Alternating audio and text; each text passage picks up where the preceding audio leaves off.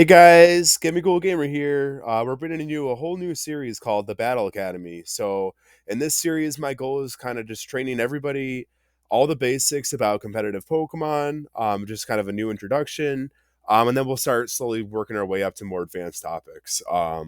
So, we're just going to start with the basics here with EVs and IVs today.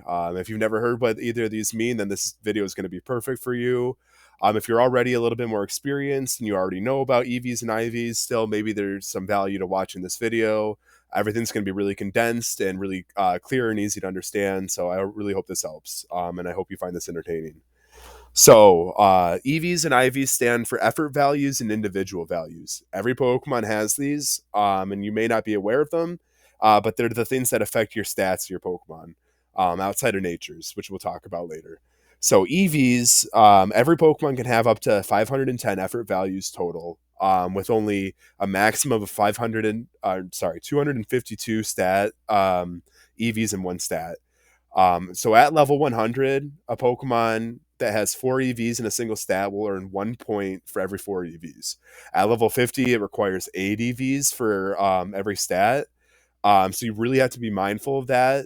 Most of the competitive battle formats like VGC or competitive singles ranked ladder, which is what I play, are at level 50. And sometimes people play without optimized stats as they play on Showdown all the time. And they don't actually realize that they're making their sets for what it would be for level 100s, and not taking into account the difference for the 8 EVs for a stat in singles. So on screen, what you can see right here is all the items that affect EVs in game. These top ones are the power items, and that they're going to affect how many EVs you earn from knocking out a Pokemon, in addition to the EVs that Pokemon yields. And then all the other ones affect it directly. So what I was talking about in that first one, and I'll talk about this more in the next slide, is if you knocked out a Bidoof, you're going to get like one EV in hit points or whatever it is. I think it's hit points for Bidoof, plus 8 hit points for whatever power item you're holding. If I was holding the power item for attack, I would get 1 EV in hit points and 8 EVs in attack.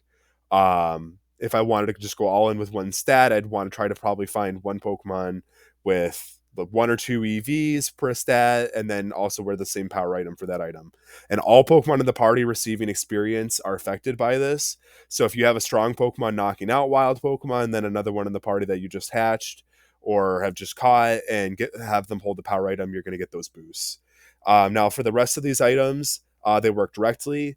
The feathers are really, really nice in Scarlet and Violet because they're really accessible. You can get them everywhere. You can get them in the auction. You can find them out in the wild all over the place in the lake.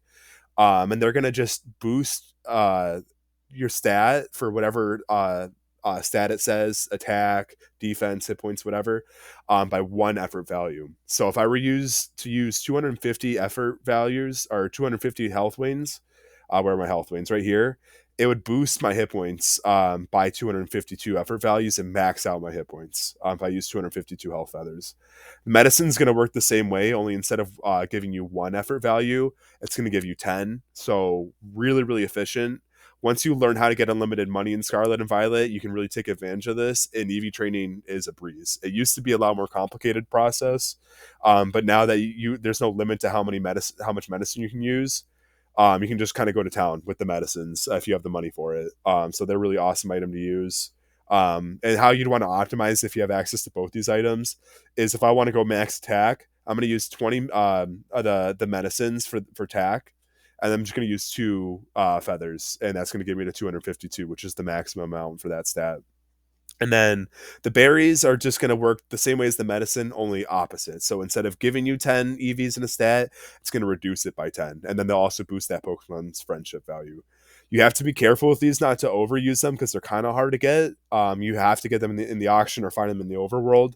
And then sometimes you'll be awarded them from completing raids. Never use more than 26 of them if you're using them to reset stats, because otherwise you're just wasting berries. When a Pokemon doesn't even have effort values in that stat. And then 2 other things I want to talk about is Macho Braces just double the amount of effort values you're getting from a Pokemon you defeat. There's not really any point in using those when these are so accessible now. The power items you can buy in the store at the Delibird shop, and then Pokerus used to exist, but they got rid of in Generation 9, where that would also double the effects of all of things affecting it. So it would double the effects of the Pokemon natural EV stats with the older games, plus the power items, which is super, super nice. Um, so if you go to Serebii.net, which I'll include this link in the description below, there is actually a database where you can go for every generation, and like you probably want to use Generation 9, and then you can search by effort values. And then so if you're trying to train for a specific stat, let's say we'll do defense here. We'll click defense and go down, find whatever Pokemon we want to farm, whatever's more accessible to us. I was just shiny hunting Fortress. So if you use a steel boosting sandwich for encounters, you find Fortress all over the place. Um, and that's a really good one because it gives you 2 defense EVs per Fortress you knock out. So if you had a Pokemon that was holding the power band or the power belt, you're getting 10 EVs every time you knock out a Fortress.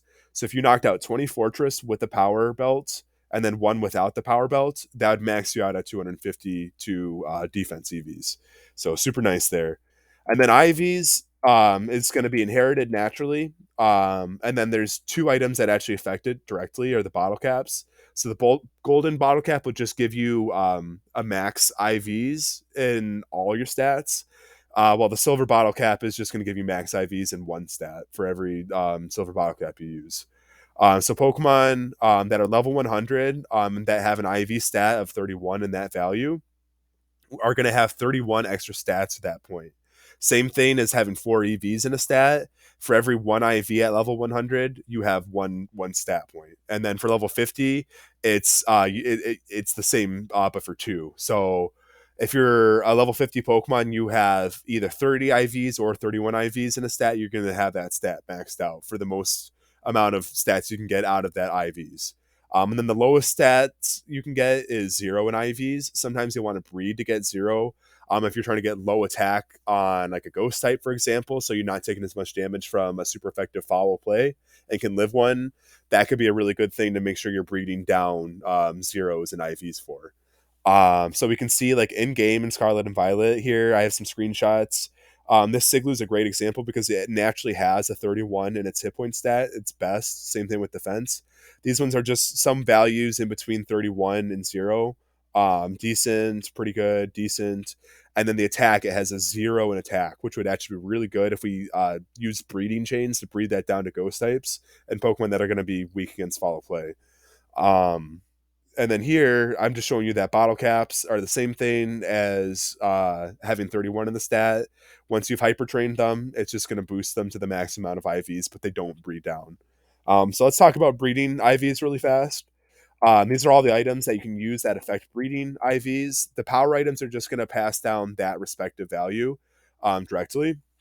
So what that means is if I had a Pokemon with a best attack stat, I'd want to have it hold this item just to pass that down. And that's really just going to only be useful for like if we're passing down 0 in speed, so we want the fastest Trick Room Pokemon, or 0 in attack, so we're not taking extra foul play damage. And we can talk about all that later. That's a little advanced, but then the Destiny Knot's going to be the primary item for this. It's going to randomly pass down 5 out of the 6 IVs from both your parents randomly. So it could pass down 4 IVs from the male and 1 from the female. Or it could pass down 3 and 2. It's just completely random. If you have 1 Pokemon holding the Destiny Knot and 1 Pokemon holding one of the power items, one of the power items is just going to take up one of those 5 slots. You can't just like roll for like 6 perfect IVs that way. So you're better off really just using a Destiny Knot with Pokemon with high IVs parents, and then having the other parent hold the Everstone to pass down the nature you want. And then egg groups are going to come into a role. So in Scarlet and Violet, they changed the breeding system.